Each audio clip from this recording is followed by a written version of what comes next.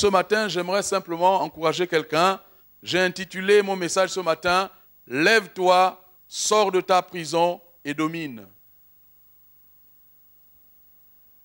Lève-toi, sors de ta prison et domine. Vous savez, c'est dommage, quand on regarde dans le monde chrétien, il y a beaucoup d'enfants de Dieu qui sont en prison. Pas la prison carcérale où le juge vous envoie, mais des prisons dans lesquelles parfois soi-même, nous-mêmes, nous nous mettons volontairement ou involontairement, consciemment ou inconsciemment, et nous y restons, et nous sommes tellement enfermés dedans, et nous avons du mal à en sortir pour aller de l'avant.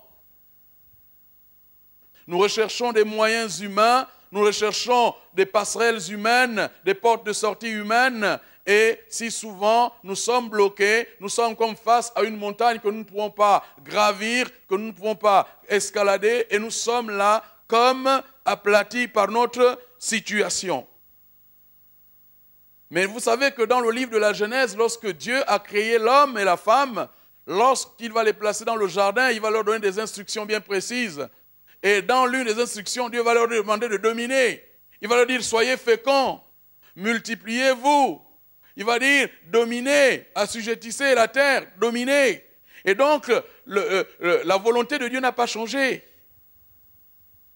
La volonté de Dieu n'a pas changé avec le temps. Vous savez que le but de Dieu, c'est de faire revenir l'homme et la femme à l'état où Adam et Ève étaient dans le jardin avant la chute. C'est ça le but de Dieu. C'est pour cette raison qu'il y a le salut. Le salut, c'est juste pour nous ramener à Dieu. Le salut, c'est pour nous ramener à la félicité divine. Le salut, c'est pour nous ramener justement à cette entente merveilleuse qu'il y avait, cette harmonie qu'il y avait entre Dieu, Adam et Ève. Et ce matin, j'aimerais simplement qu'on puisse justement aborder un point parce que, justement, pour pouvoir se lever et sortir de sa prison, il faut être conscient de sa position dans le Seigneur Jésus-Christ. Si on n'est pas conscient de sa position dans le Seigneur Jésus-Christ, on ne peut pas sortir. C'est comme n'importe quel individu. Quand on est dans des difficultés, la première chose, c'est qu'on en soit conscient. Et vous savez qu'il y a beaucoup qui vivent souvent dans le déni. Ils sont dans une situation, ils vivent dans le déni, ils refusent de regarder la situation en face parce que ça leur fait peut-être peur. Nous allons le voir plus tard. Et ils n'ont pas envie d'en sortir. Et ils se sentent comme dans un nid douillet. Ils préfèrent être là-dedans. Ils préfèrent cette situation. Et pour aborder ce point, nous allons lire un premier texte dans l'épître aux Éphésiens. Voici ce que l'apôtre Paul dit aux chrétiens d'Éphèse. « Car c'est par la grâce que vous êtes sauvés par le moyen de la foi. Et cela ne vient pas de vous, c'est le don de Dieu. Ce n'est point par les œuvres afin que personne ne se glorifie, car nous sommes son ouvrage, ayant été créés en Jésus-Christ pour de bonnes œuvres que Dieu a préparées d'avance afin que nous les pratiquions. » Voici une parole que l'apôtre Paul donne aux chrétiens d'Éphèse. Il leur dit, il faut que vous compreniez une chose, parce que vous savez, ce n'est pas aujourd'hui que le fait de vouloir mériter le salut de Dieu a commencé. Non, ça a commencé dès le début du christianisme. Les chrétiens croyaient qu'il fallait faire des efforts justement pour pouvoir mériter le salut de Dieu. Et l'apôtre Paul, inspiré par le Saint-Esprit, poussé par le Saint-Esprit, va écrire aux chrétiens d'Éphèse pour leur dire, il faut que vous sachiez une chose, c'est que vous n'êtes pas sauvés par vos œuvres, par vos efforts. Il faut que vous sachiez que c'est une grâce que Dieu a faite à chacun et c'est par cette grâce, au moyen de la foi, que vous êtes sauvés. Donc la première chose que nous devons savoir, la prise de conscience, c'est que nous sommes sauvés par la foi, par la grâce. Si nous éludons le fait que nous soyons sauvés par la grâce, tout est faussé dès le départ. Le début, c'est que nous devons savoir que devant Dieu, il n'y a aucun être humain qui mérite quoi que ce soit. Devant Dieu, nous sommes tous des graciés. Devant Dieu, nous sommes tous au bénéfice d'une faveur imméritée. C'est ça la grâce. Nous n'avons rien mérité. La Bible dit que tous les êtres humains de toutes les générations ont péché et sont privés de la gloire de Dieu, sont privés de la présence de Dieu. Et de ce fait, si le Fils de Dieu n'était pas venu sur la terre, comme nous l'avons chanté ce matin, pour venir porter le péché de l'humanité sur le bois de la croix, personne n'aurait pu être sauvé. C'est pour ça que la Bible nous dit dans ce que nous avons lu que le salut est un don de Dieu. Vous vous rappelez de cette parole dans Jean 3,16 où la Bible nous dit que Dieu a tellement aimé le monde qu'il a donné son Fils, afin que quiconque croit en lui ne périsse point, mais qu'il ait la vie éternelle. Et il va ajouter, Dieu en effet n'a pas envoyé son Fils dans le monde, afin que son Fils juge le monde, mais afin que le monde soit sauvé par lui. Donc Jésus est venu pour sauver le monde. Le temps du jugement n'est pas encore arrivé. Nous sommes dans le temps de la grâce. Et l'apôtre Paul rappelle aux chrétiens d'Éphèse, et cette parole doit encore résonner dans nos cœurs ce matin. Elle nous appartient aussi, cette parole. Elle est pour nous, elle est pour chacun aussi. Dieu te dit ce matin, il faut que tu saches que tu es sauvé par grâce. Tu n'as fait aucun effort qui ait pu te faire mériter le salut de Dieu devant lui. C'est la première chose dont nous devions être conscients. Dieu nous a sauvés par grâce. Ce n'est pas par nos efforts. Dieu ne nous a pas sauvés parce qu'il nous a trouvés meilleurs que d'autres. Non. Dieu ne nous a pas sauvés parce que nous péchions moins que d'autres. Non. Dieu nous a sauvés par grâce. C'est pour cette raison qu'il nous a envoyé son Fils. Et nous poursuivons notre lecture dans l'Épître aux Romains au chapitre 5. Nous allons lire 3 versets. Voici ce que l'apôtre Paul dit également aux chrétiens de Rome. Ainsi donc, déclarés justes sur la base de la foi, nous avons la paix avec Dieu par l'intermédiaire de notre Seigneur Jésus-Christ. C'est aussi, par son intermédiaire, donc par l'intermédiaire de Jésus, que nous avons accès par la foi à cette grâce, dans laquelle nous tenons ferme et nous plaçons notre fierté dans l'espérance de prendre part à la gloire de Dieu. En effet, alors que nous étions encore sans force, Christ est mort pour les pécheurs au moment fixé. Alors que nous étions encore sans force, Christ est mort. Nous voyons que c'est par grâce que nous sommes sauvés. La deuxième chose dont nous devons être conscients, pour justement, si je puis me répéter ainsi, être conscients de notre position en Christ, c'est que nous sommes justifiés par la foi. Dieu nous a justifiés. Et vous savez, pas ici, j'en ai pas eu l'occasion, mais en Maine-et-Loire, j'ai l'occasion de prêcher. J'ai fait une série sur les justes de Dieu et j'ai été surpris de voir que dans l'église du Seigneur, beaucoup ne savent pas ce que c'est la justification par la foi. J'étais en train de prêcher un jour et là je demandais dans l'auditoire comme ce matin, je dis, tous ceux qui sont justes de Dieu, levez la main. Il y avait 400 adultes dans la salle et il y a à peu près une trentaine de mains qui se sont levées. Pourquoi est-ce que les gens n'ont pas levé leurs mains? Parce que dans leur tête, ils ne sont pas bons, donc ils ne peuvent pas être justes. C'est cela. Mais si tu es conscient, comme nous l'avons déjà dit ce matin, que c'est parce que Dieu t'a sauvé par grâce, que tu ne mérites rien, il te dit que lui t'a justifié par la foi en Jésus-Christ. Donc tu es un juste de Dieu. Cela ne dépend pas de toi, cela dépend de Dieu. Mais les chrétiens ne croient pas ça. Et c'est avec ça que Satan vient vous tourmenter. Parce que dès que vous commettez une bêtise, Satan vient vous accuser. Il vient vous faire croire que Dieu ne vous aime plus. Il vient vous faire croire que Dieu ne veut plus de vous. Et vous passez 10 mois, 1 an, plusieurs années à demander pardon à Dieu. Et là, Satan se rit de vous, il boit le champagne avec ses démons.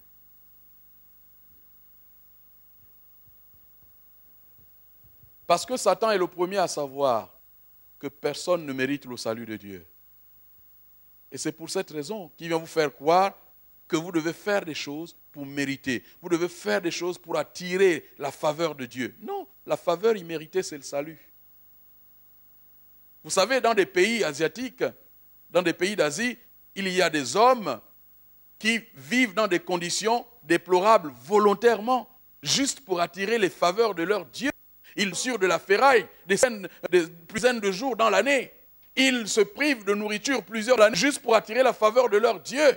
parce qu'ils ont envie de mériter. Ça, c'est la religion qui nous le dit. La religion nous dit, tu n'es pas assez pur, tu n'es pas assez saint pour t'approcher de Dieu. Mais la Bible, le christianisme nous dit, Jésus a vu notre souffrance, il a vu notre péché et il est venu dans notre péché. La Bible dit qu'il a pris notre nature humaine et il a souffert sur le bois de la croix. Ça, c'est la Bible. Mais le religieux va te dire, ah ben non, tu as des problèmes, tu as des difficultés, tu ne peux pas t'en sortir. Et c'est pour cette raison que les chrétiens sont dans un esprit qui ne leur permet pas d'aller de l'avant, de dominer.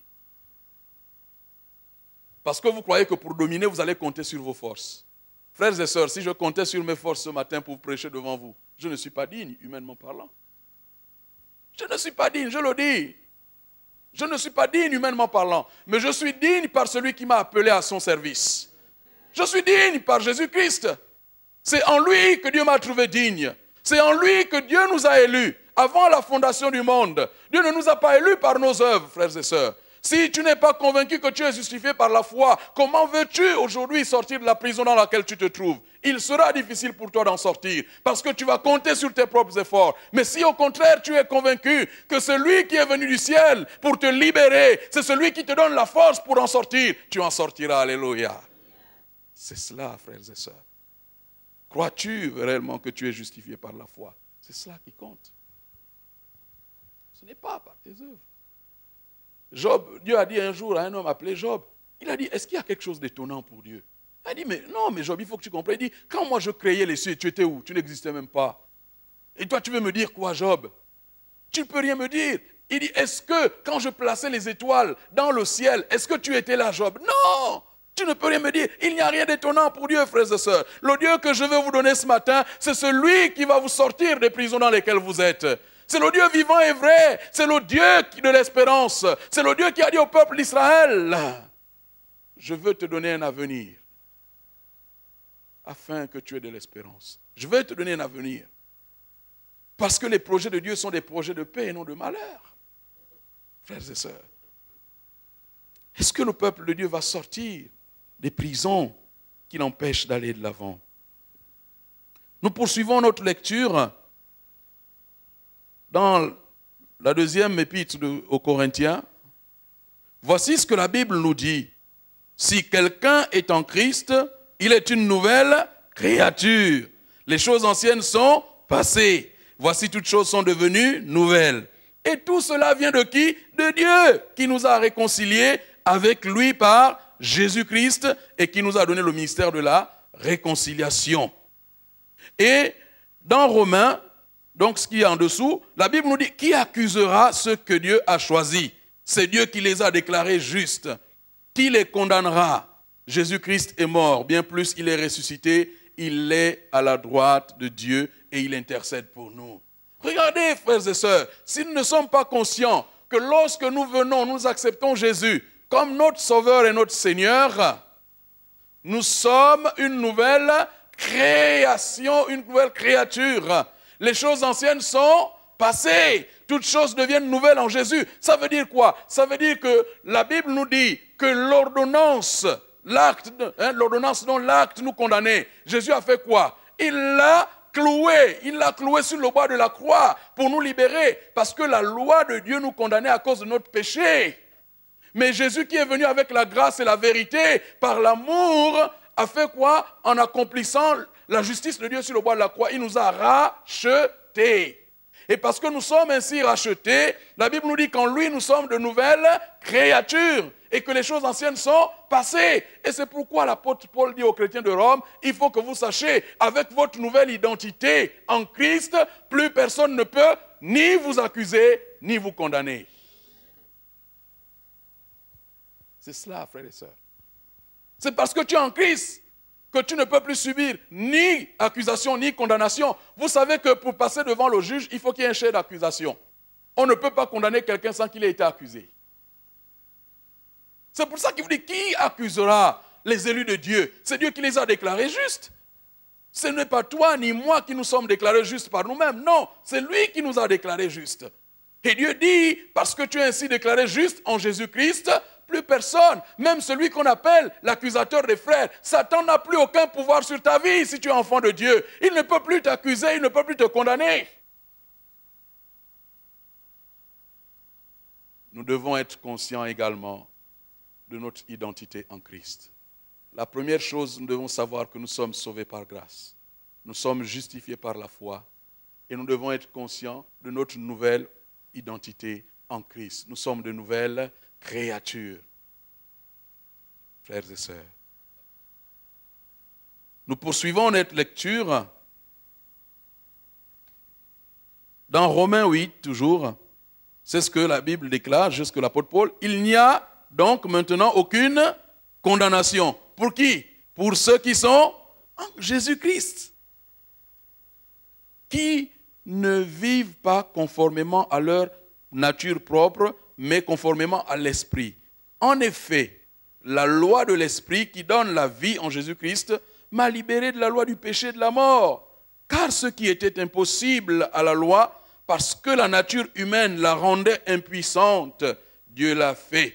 Il a condamné le péché dans la nature humaine en envoyant à cause du péché son propre Fils dans une nature semblable à celle de l'homme pécheur. Ainsi, la justice réclamée par la loi est accomplie en nous, qui vivons non conformément à notre propre nature, mais conformément à l'Esprit. Il n'y a maintenant plus de condamnation.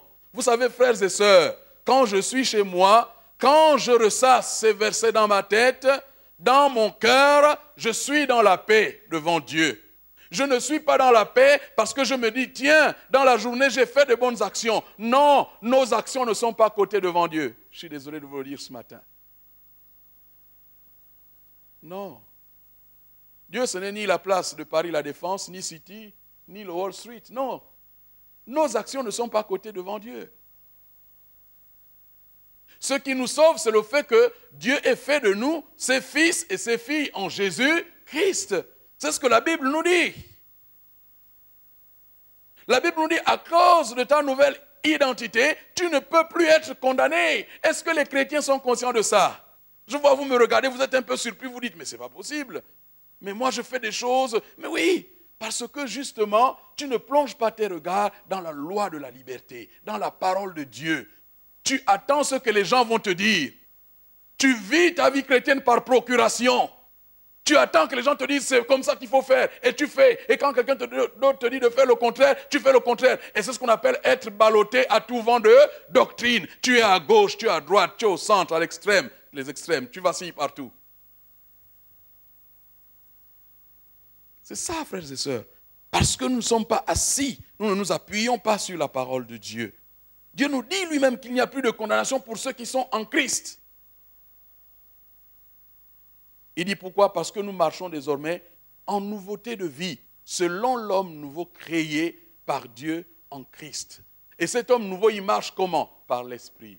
Il n'est plus charnel. Il marche par l'Esprit. Marcher par l'Esprit, c'est simplement être obéissant à la parole de Dieu et faire confiance à Dieu dans sa vie, dans les petites comme dans les grandes choses. Ce n'est pas les efforts. Mais vous allez remarquer, les religieux sont les premiers eux-mêmes. Parce que vous savez, vous avez remarqué que quand vous mentez, par exemple, quand vous mentez, vous vivez dans un foyer, quand vous mentez à tous ceux et à toutes celles qui vivent avec vous dans le foyer, est-ce que vous ne vous êtes pas rendu compte que vous dépensez plus d'énergie à dissimuler votre mensonge qu'à autre chose? Vous passez plus d'énergie. Parce que vous avez tellement envie que personne ne sache votre petit secret, vous faites tout pour que ce secret soit gardé secret. Une énergie inutile. Mais lorsque vous vivez dans la vérité, vous êtes libre. Vous êtes libre. Vous regardez les autres dans les yeux. Vous n'avez peur de personne, vous marchez la tête haute. Parce que vous n'êtes pas redevable au père du mensonge, par exemple. Vous êtes redevable à la vérité. Vous marchez dans la vérité. C'est pour ça que la Bible nous dit, quand on est en Christ, on marche selon la vérité. On parle à son prochain selon la vérité. Et on renonce au mensonge. Le mensonge, c'est une nature. C'est Satan. C'est pour ça qu'on l'appelle le père du mensonge. Tu renonces à Satan. Il était ton maître avant de connaître Christ. Il était ton maître avant de te convertir, avant d'accepter Jésus comme ton sauveur et ton Seigneur. Mais dès lors que tu as accepté Jésus, désormais Satan n'est plus ton allié. Il devient ton ennemi. Il devient quelqu'un à repousser. Il devient quelqu'un dont les actions doivent être rejetées. Il devient quelqu'un qui ne doit plus faire partie de notre vie. Et de ce fait, nous marchons selon l'Esprit. Alléluia. C'est la première chose. Nous devons prendre conscience de la position que nous avons en Christ. Parce que la Bible nous dit que nous sommes assis avec lui dans les lieux célestes. C'est une position. Et le fait d'être assis avec lui dans les lieux célestes, c'est pour faire quoi? C'est pour dominer. C'est pour dominer sur la terre. C'est la position que nous avons. Vous savez qu'aucun terrien ne peut dominer un terrien. C'est pour cette raison que quand les hommes veulent dominer les hommes, ils font quoi? Ils les tuent. Mais nous, la domination dont il est question ici, ce n'est pas une domination par les armes, ce n'est pas une domination par la guerre, c'est une domination par l'esprit, une domination par la joie, une domination par la paix, une domination par l'amour. L'enfant de Dieu est celui qui vit selon le royaume de Dieu. Il domine par l'amour. Même quand on lui fait du mal, il aime les gens. Comme Jésus a dit, aime tes ennemis. Alléluia. Ça, c'est le royaume de Dieu. Nous n'avons pas besoin des armes. Notre arme, c'est la prière. Notre arme, c'est l'amour. Notre arme, c'est la joie. Notre arme, c'est la paix. Nous n'avons pas besoin de dominer par autre chose. Parce que nous appartenons à celui qui a la domination sur toutes choses. Pourquoi alors faire la guerre? Pourquoi se battre, frères et sœurs? Nous devons être conscients de ces choses. Nous devons être conscients.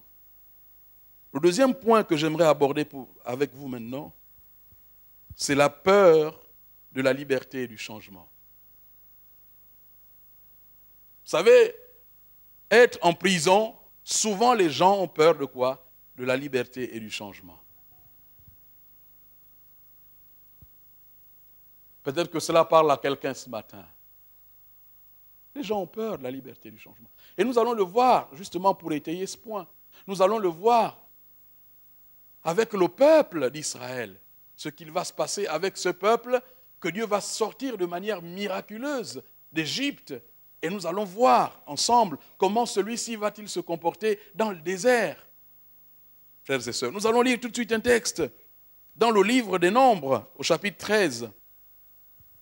Voici ce que la Bible nous dit. Donc, le peuple d'Israël est maintenant dans le désert. Dieu l'a sorti miraculeusement d'Égypte, l'a libéré de l'esclavage de Satan, de l'esclavage de Pharaon. Et là, dans le désert, maintenant, Dieu va leur dire, je vais vous donner un pays. Le pays Canaan, c'est un pays où coule le lait et le miel. Il va leur dire maintenant, il va dire à Moïse, envoie des espions, maintenant dans Canaan, pour explorer le pays. Et qui viennent te dire ce qu'ils ont vu dans le pays. Et voici ce que ces espions, justement, qui vont revenir de Canaan, vont dire à Moïse. Voici ce qu'ils racontèrent à Moïse. Nous sommes allés dans le pays où tu nous as envoyés. C'est vraiment un pays où coule le lait et le miel. Et en voici les fruits. Mais le peuple qui habite ce pays est puissant. Les villes sont fortifiées, très grandes. Nous y avons vu des descendants d'Anak. Les Amalécites habitent la région du sud. Les Hittites, les Jébusiens et les Amoréens habitent la montagne. Et les Cananéens habitent au bord de la mer Méditerranée et le long du Jourdain. Caleb fit taire le peuple qui murmurait contre Moïse. Il dit, montons, emparons-nous du pays, nous y serons vainqueurs. Mais les hommes qui l'y avaient accompagné dirent, nous ne pouvons pas monter contre ce peuple, car il est plus fort que nous. Et ils dénigrèrent devant les Israélites le pays qu'ils avaient exploré. Ils dirent, le pays que nous avons parcouru pour l'explorer est un pays qui dévore ses habitants. Tous ceux que nous y avons vus sont des hommes de haute taille.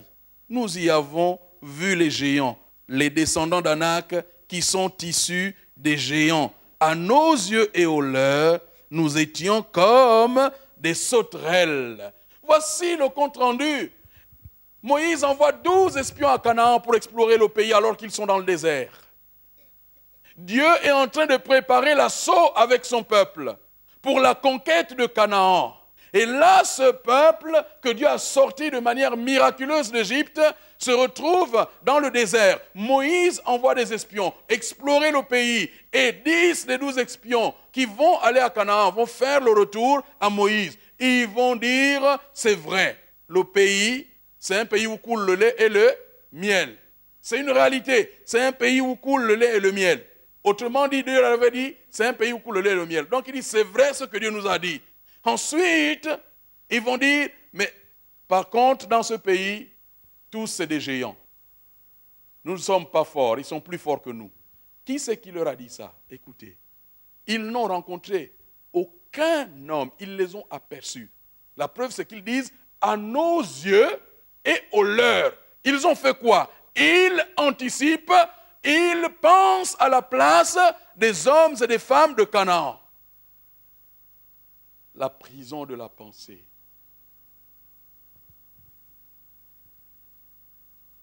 Ils pensent à la place des Cananéens qu'ils n'ont pas rencontrés. Vous allez lire dans le livre de Nombres, ils sont même revenus avec les grappes de raisin. Ils ont dit, mais c'est vrai, c'est un bon pays où coule le lait et le miel. Dieu leur avait dit, je vous donne le pays. Mais eux, parce que dans leur pensée, ils n'étaient pas libres encore. Ils étaient dans leur pensée, ils étaient encore en Égypte.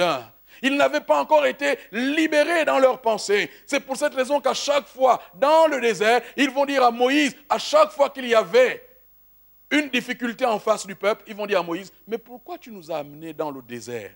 Ton but n'était-il pas de venir nous faire mourir dans le désert? Tu aurais pu nous laisser esclaves de Pharaon en Égypte. Là-bas, au moins, on avait à manger. Là-bas, au moins, on savait qu'on souffrait le martyre tous les jours. Mais toi, tu nous amènes dans le désert et nous allons y mourir.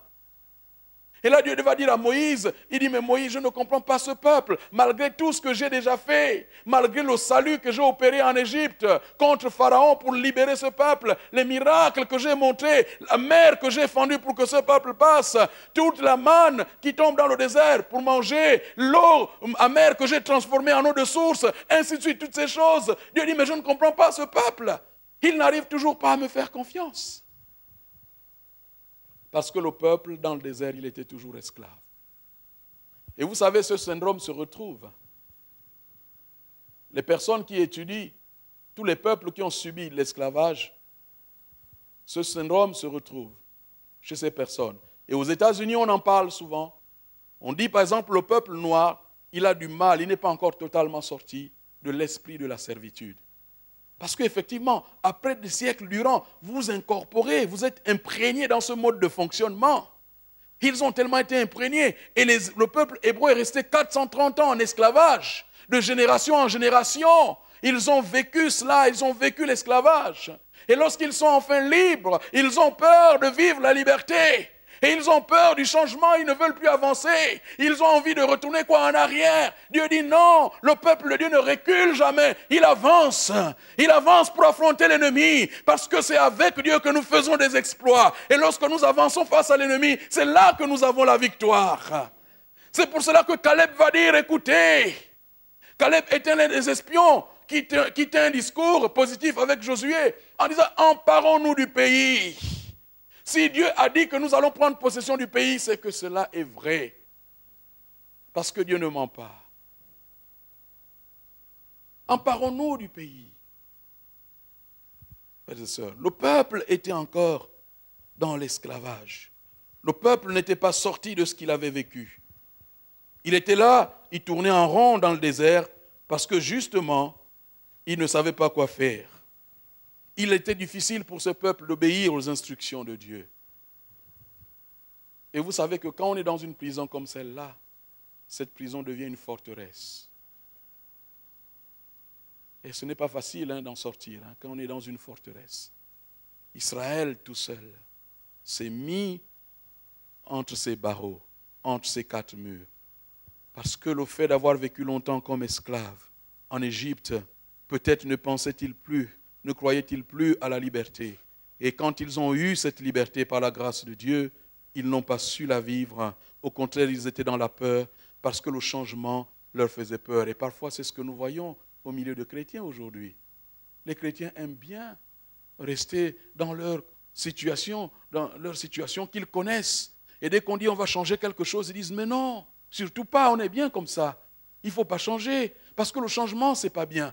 Parce que quand il y a un changement, je perds mes repères. Parce que quand il y a un changement, je suis déboussolé. Parce que quand il y a un changement, je ne sais plus quoi faire. Mais Dieu te dit, dans le changement, tu n'es pas tout seul. Lui est ta boussole. Lui est ton GPS, si on veut parler moderne. Lui est ton GPS. Lui va te conduire à destination. N'aie pas peur du changement. Pourquoi? Parce que dans le changement, Dieu est un Dieu de changement. Dieu est un Dieu de mouvement. Le peuple d'Israël a failli passer. Vous savez ce qui s'est passé dans le désert? Cette génération qui était sortie d'Égypte, miraculeusement par Dieu. Près de 600 000 hommes sont morts dans le désert parce qu'ils avaient refusé de rentrer à Canaan. Ils ont refusé la bénédiction de Dieu. À cause de quoi? À cause de leurs pensées. À cause de leur sens. Leur sens, leurs yeux, leur ont fait voir les fils d'Anak comme étant des géants. Ils ont même pensé à leur place qu'ils étaient plus forts qu'eux. À cause de ça, ils sont restés. C'est la génération qui n'avait même pas connu Dieu, c'est elle qui va rentrer à Canaan. Et parfois, nous voyons cela au sein de l'Église aujourd'hui. Il y a des générations entières qui passent à côté de leur appel vis-à-vis de Dieu. Et c'est dommage, parce que Dieu a quelque chose pour chaque génération. Le peuple d'Israël, nous ne sommes pas meilleurs qu'eux. Peut-être es-tu dans une prison de pensée comme ce peuple. Peut-être que tu es prisonnier, prisonnière de ton passé. Mais Dieu veut te dire ce matin que lui veut opérer le changement dans ta vie. N'aie pas peur parce que lui sera le GPS de ta vie. Fais-lui confiance, appuie-toi sur lui parce que lui saura te conduire là où il veut te conduire. N'aie pas peur. Et nous lisons dans l'épître aux Galates, l'apôtre Paul qui écrit aux Galates, chapitre 4, voici ce qu'il dit. Autrefois, ne connaissant pas Dieu, vous serviez des dieux qui ne le sont pas de leur nature. Mais à présent que vous avez connu Dieu, ou plutôt que vous avez été connu de Dieu, comment retournez-vous à ces fables et pauvres rudiments auxquels de nouveau vous voulez vous asservir encore? Vous observez les jours, les mois, les temps et les années. L'apôtre dit, je crains d'avoir inutilement travaillé pour vous. Regardez ce qu'il leur dit. Il dit, je ne comprends pas. Vous savez, dans l'église de Galate, il y avait une particularité. Il y avait deux types de chrétiens qui s'étaient convertis dans l'église de Galate. Il y avait des anciens juifs et il y avait des païens. La plupart d'entre eux étaient grecs. Ils vont se convertir dans l'église de Galate. Et vous savez que les anciens juifs, ils avaient leur tradition. Et vous savez ce qu'ils voulaient? C'est que leur tradition soit encore mise en place dans l'église de Jésus-Christ. Et vous savez ce que les païens voulaient également? C'est que leur tradition païenne puisse faire partie justement du christianisme. Et parfois nous sommes comme ça. Combien de fois j'ai entendu, il n'y a pas le tam-tam. On aimerait qu'il y ait beaucoup de tam-tam. On aimerait danser. Mais je crois que ces choses, on peut les faire. Moi, je peux vous dire, ce n'est pas un secret. Moi, quand je suis chez moi, je danse avec Dieu. Je n'ai pas besoin d'attendre de venir ici pour danser. Je suis chez moi, je loue Dieu, j'adore Dieu, je danse, je le célèbre. Vous avez remarqué que nous passons plus de temps chez nous qu'ici, on est d'accord? Alors si nous voulons le louer, l'adorer, louons-le, adorons-le chez nous. Ce n'est pas une question de musique. Vous savez que l'église primitive n'avait pas des instruments. Ils le louaient, ils l'adoraient, ils le célébraient. Ils pouvaient taper des mains, ils pouvaient danser, ils pouvaient tourner. Les Juifs voulaient dans l'église de Galate que les hommes soient circoncis.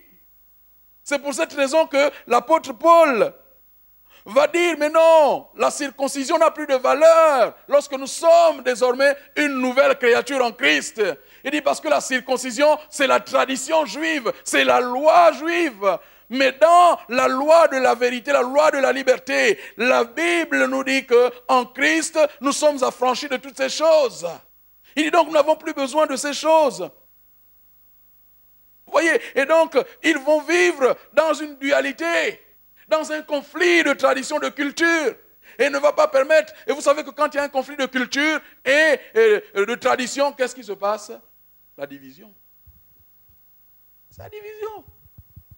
Et vous savez que Jésus a dit quelque chose qui est vrai et qui demeure. Il a dit qu'une maison qui est...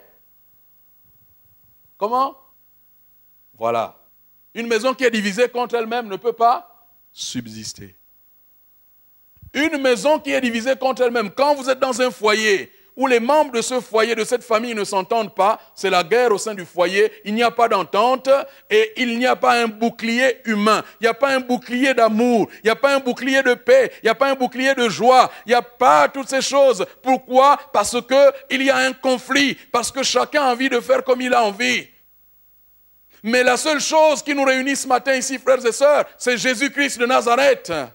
Il n'y a aucune tradition, il n'y a aucune coutume. C'est Jésus-Christ. Les coutumes et les traditions ont leur place. Mais Jésus-Christ, c'est lui qui nous réunit. Vous savez que Satan est malin.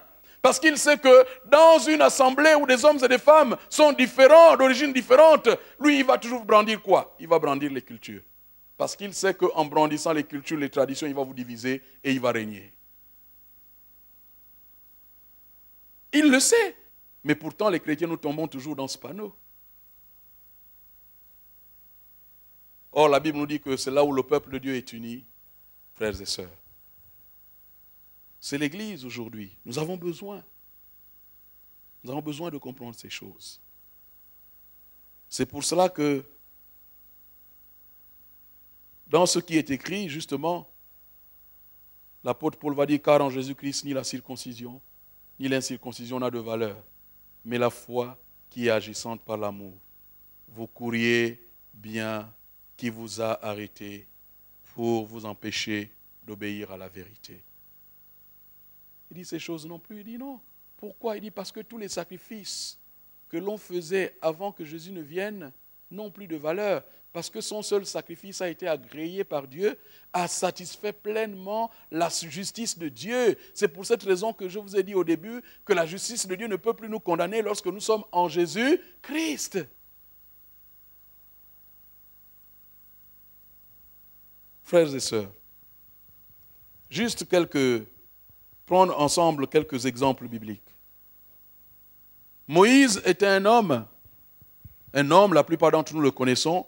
Moïse, c'est quelqu'un qui a fait des choses extraordinaires avec le Seigneur, mais nous savons aussi que Moïse a fait des erreurs. À l'âge de 40 ans à peu près, Moïse en Égypte, alors qu'il était le prétendant au trône de Pharaon, Moïse va se rendre compte qu'il n'est pas à sa place, parce que l'appel de Dieu va retentir dans son cœur. Il va aller vers son peuple, vers les Hébreux. Et là, un jour, il va trouver un Égyptien en train de fouetter un Hébreu. Et il va être vraiment touché au-dedans de lui-même. Il va prendre parti pour l'Hébreu. Il va prendre parti pour l'Hébreu jusqu'à tuer l'Égyptien. Et le jour d'après, lorsqu'il va se rendre encore dans le camp des Hébreux, alors que deux frères hébreux sont en train de se disputer, Moïse va leur dire, mais pourquoi vous disputez-vous? Vous êtes frères. Et il y a l'un d'entre eux qui va lui dire, qui t'a établi chef de notre peuple? Veux-tu, toi, me tuer comme tu as tué l'Hébreu hier? Et Moïse a pris peur, il a fui dans le désert, et pendant 40 ans, lui qui était prétendant au trône, pendant 40 ans, je n'ai rien, j'aime l'agriculture, mais il est devenu quoi? Il est devenu berger. Et lorsque Dieu va se manifester à Moïse dans le désert, à travers le buisson ardent, Moïse ne saura même plus devant Dieu qui il est. Il va dire à Dieu, mais qui suis-je pour que tu m'envoies en Égypte? Lorsque Dieu viendra lui dire, j'ai entendu le cri de mon peuple, j'ai vu sa souffrance, j'ai entendu le cri et je suis descendu pour l'en délivrer. Et Moïse va dire, mais tu m'envoies, mais qui suis-je? Pourquoi? Parce que Moïse était resté sur les échecs de son passé. Et parfois nous sommes prisonniers de notre passé. Moïse était dans les échecs. Il était resté sur son échec. 40 ans. Regardez, 4 décennies se sont passées. Il n'en était pas sorti. Il était toujours dans la prison de son passé. Dans la prison de son échec. Parce qu'il avait échoué. Il savait que Dieu l'avait appelé à le servir. Mais il avait précipité les choses. Et ainsi, il se retrouvait dans le désert. Moïse est resté prisonnier de son propre passé. Il ne pouvait pas en sortir. Mais lorsque Dieu va venir, Dieu a cette capacité, que va-t-il faire? Il va rassurer Moïse. Il va dire à Moïse, ce n'est pas sur la base de tes propres forces que je t'envoie en Égypte. Voici, je serai avec toi. C'est le gage que nous avons, que Dieu est avec nous. Tout comme Jésus nous l'a dit, voici, je suis avec vous tous les jours jusqu'à la fin. Il a dit, je serai avec toi. Il a dit, Moïse, va, je serai avec toi. N'aie pas peur. Ce Moïse qui a fui Pharaon, parce qu'il avait tué un Égyptien, n'est-ce pas le même Moïse qui est retourné 4 décennies, 40 ans plus tard, et qui se tenait devant Pharaon avec les instructions de Dieu? C'est le même Moïse. Mais d'où avait-il eu cette force? C'est parce qu'il s'était appuyé sur Dieu. Il s'était appuyé sur Dieu. Il pouvait même, permettez-moi, fanfaronner devant Pharaon.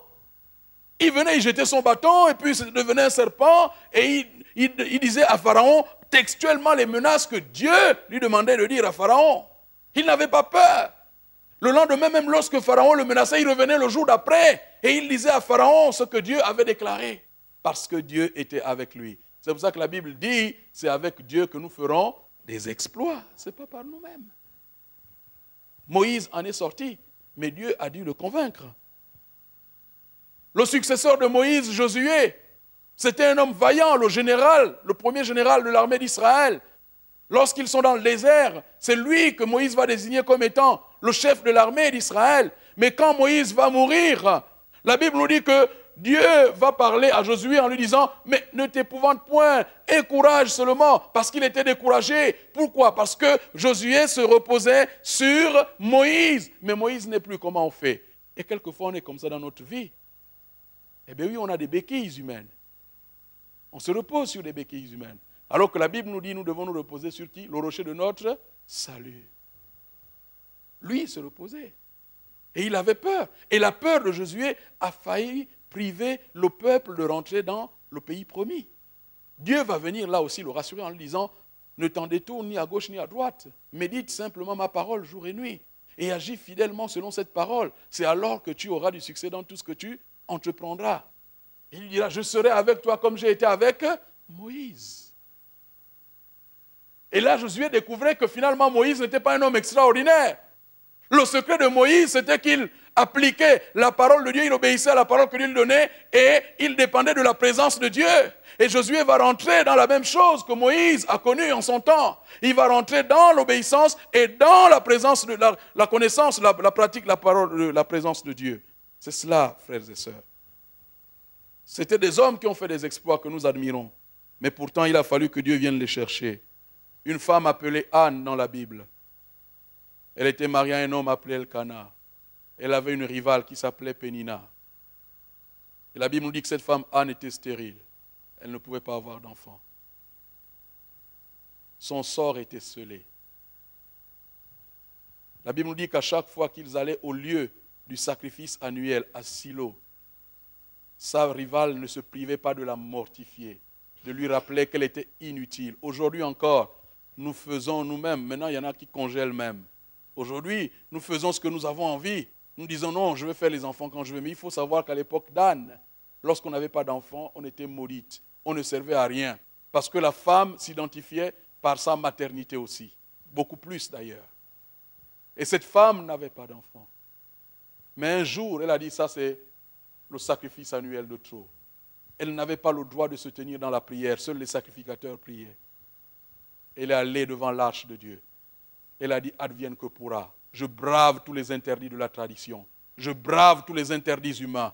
Je vais, pendant que les gens étaient dans la fête, pendant que les gens étaient dans la joie, elle était en train de pleurer dans la présence de Dieu. Anne est allée chercher ses enfants dans la présence de Dieu. Pourquoi? Parce qu'elle savait que seul le Dieu de la vie, le Dieu de la fécondité, le Dieu qui donne la vie pouvait faire en sorte qu'elle ait des enfants. C'est cela, frères et sœurs. Elle aurait pu rester dans son échec en disant, mais oui, mais c'est fini, je ne peux plus rien voir, se morfondre tous les jours. Mais elle a dit, je choisis d'aller dans la présence de Dieu, parce que pour que je sorte de cette prison dans laquelle mon entourage m'a mise, cette prison de stérilité, cette prison de femme inutile, cette prison de femme maudite, je vais en sortir. Mais la seule possibilité pour moi d'en sortir, c'est d'aller dans la présence de celui qui peut rompre toutes les chaînes. Alléluia. Quand Anne est sortie de la présence de Dieu, la Bible dit son visage a changé, sa vie a changé littéralement. Elle a fait les enfants et le premier enfant qu'elle a eu s'appelle Samuel. Et Samuel qui a été le premier juge et le premier prophète, ou du moins le premier juge en Israël. Voici ce que Dieu peut faire dans la vie. Un homme appelé Gédéon. Gédéon, c'était un jeune homme que Dieu voulait utiliser Et il a fait objection à Dieu en disant, « Oula, j'ai l'impression que toi, le Dieu des cieux, là, tu ne sais pas ce qui se passe dans la terre, sur la terre. » Il va dire à Dieu, « J'appartiens à la plus petite famille de la plus petite tribu d'Israël. » Gédéon était complexé par son statut social. Combien au milieu des chrétiens sont complexés par leur statut social? Combien? Tu es peut-être dans une telle prison. Tu es complexé de ton statut. Et tu es incapable de déclarer haut et fort, comme David l'a fait en son temps. Je te loue, ô Éternel, de ce que je suis une créature si merveilleuse. Tu es incapable de le faire. Parce que toi, tu regardes à ta condition sociale, tout comme Gédéon l'a fait en son temps. Il regardait à sa condition sociale. Il a dit à Dieu, tu ne peux pas m'utiliser parce que je suis insignifiant. Je ne vaux rien. Il y a des gens bien plus importants que moi, dans des tribus plus importantes encore en Israël. Pourquoi jettes-tu ton regard sur la bassesse de ce que je suis? Dieu va lui dire, Gédéon, au lieu de résister, va avec la force que tu as, la force avec laquelle tu me résistes là, va seulement avec cette force-là, parce que je serai avec toi. Il va lui dire, vaillant héros, alors que Gédéon se considérait comme un vaillant zéro. Mais Dieu va lui dire, tu es un vaillant héros, va avec la force que tu as. Marie, la mère porteuse de Jésus, c'était une jeune femme qui était fiancée à un homme. Lorsque l'ange Gabriel va venir voir Marie, pour lui annoncer que c'est elle qui porterait Jésus. Pour ceux qui lisent la Bible, ils savent quelle a été la conversation qu'il y a eu entre Marie et l'ange Gabriel. Marie va dire à Gabriel, c'est bien beau toutes ces choses, mais il faut savoir que sur la terre, je paraphrase pour que nous comprenions, sur la terre, une femme ne peut pas faire un enfant toute seule. Elle dit, moi aujourd'hui je ne suis que fiancée, je n'ai point connu d'homme, comment est-ce que cela va se faire? Marie a laissé sa dignité de côté. Parce que Marie savait qu'elle courait un risque. Vous savez qu'à l'époque de Marie, si elle se retrouvait enceinte sans avoir été mariée, elle devait être lapidée. Marie a accepté le risque. Elle a mis sa dignité de côté. Oh, peut-être que toi tu es trop fier. Et ta prison, c'est ta fierté qui t'empêche d'aller loin avec Dieu. Ta prison, c'est ton orgueil. Ta prison, c'est ta suffisance. Mais Marie, vous savez ce qu'elle a répondu à l'ange? Je suis la servante de lait, qu'il me soit fait selon ça. Elle a dit, mais oui, même si je ne comprends pas tout, même si je ne sais pas pourquoi, c'est moi, parce que Dieu lui a fait grâce. Et là, Marie va accepter, alors qu'elle savait qu'elle encourait. Et vous savez ce qui s'est même passé? Lorsque Marie est tombée enceinte, vous savez ce qui va se passer? Son fiancé Joseph va vouloir se barrer, ce qui est naturel. Il se dit, mais je suis avec une femme, je me dis, dans quelque temps on va se marier, elle est enceinte, et elle et moi on ne s'est jamais connus. D'où vient cet enfant? Et comme Dieu est excellent, il est venu parler à Joseph, alléluia. Il lui a dit, ne quitte pas Marie, l'enfant qui est dans son ventre est un enfant qui n'a pas de papa naturel. C'est un enfant qui vient de moi-même, le Dieu de la vie. C'est moi qui suis venu l'implanter dans le sein de ta femme. Donc n'aie pas peur, occupe-toi de cet enfant, tu vas l'appeler Jésus. Alléluia. Dieu sauveur, tu vas l'appeler Jésus. Cette femme, oui, Marie aurait pu faire objection en disant non, je ne peux pas. Frères et sœurs, pour terminer, l'apôtre Paul. Mais avant qu'on l'appelle l'apôtre Paul, il s'appelait Saul de Tarse. Et quand il s'appelait Saul de Tarse, ce n'était pas un tendre. Il persécutait les chrétiens. Et il participait même au meurtre. Et puis un jour, il va aller voir ses responsables religieux pour leur dire, moi j'ai un bon projet là qui va certainement vous plaire. J'ai appris qu'à Damas là-bas, les chrétiens ils sont nombreux. Et qu'il n'y a personne à Damas qui les persécute là. Est-ce que vous pouvez me faire un courrier pour que j'aille à Damas comme ça? Moi je vais bien les persécuter. Ce qu'on pourra ramener, Lyon les ramènera à Jérusalem. Et ce qu'on ne pourra pas, on va les jeter en prison à Damas. Et puis là, ces chefs religieux lui donnent justement l'autorisation. Il va, et c'est sur le chemin de Damas qu'il rencontre un homme appelé Jésus-Christ de Nazareth. Alléluia. Jésus lui dit, oh Saul, tu ne peux pas lutter avec la vérité. Tu ne peux pas régimber contre l'aiguillon. Tu ne peux pas lutter avec la vérité. Vous savez, l'aiguillon c'est quoi? C'est le bâton du berger qui est pointu avec lequel il fait avancer Les brebis qui sont un peu têtues. Ce n'est pas des ânes, mais quelquefois elles sont têtues. Ils piquent comme ça. Il dit, tu ne peux pas résister. Tellement on te pique, tu es obligé de faire quoi? D'avancer. Il dit, Saul, tu ne peux pas résister. Tu ne peux pas résister à la vérité. Parce que la vérité, c'est que c'est moi qui suis Seigneur, Jésus-Christ de Nazareth. Il va falloir que tu te ranges, Saul de Tarse. Cet homme était religieux. Il était victime dans la prison de ses propres traditions. Mais Dieu est venu le rencontrer.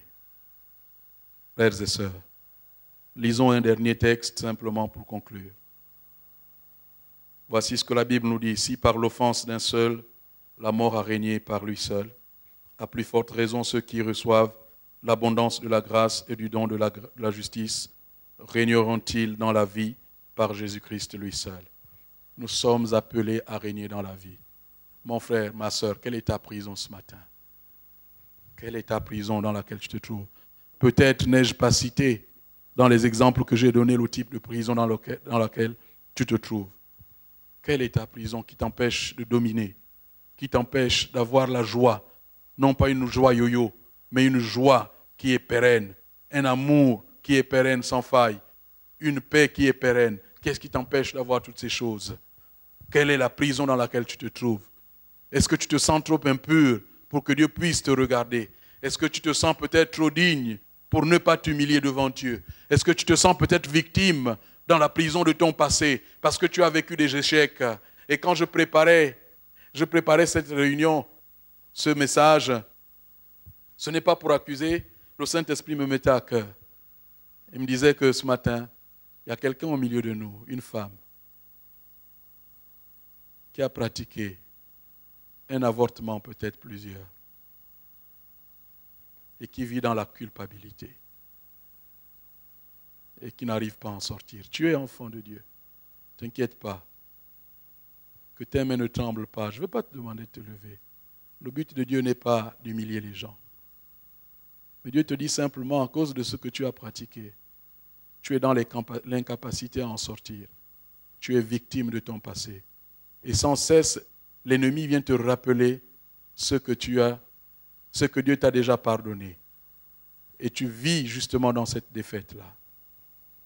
Cette parole est pour quelqu'un ce matin.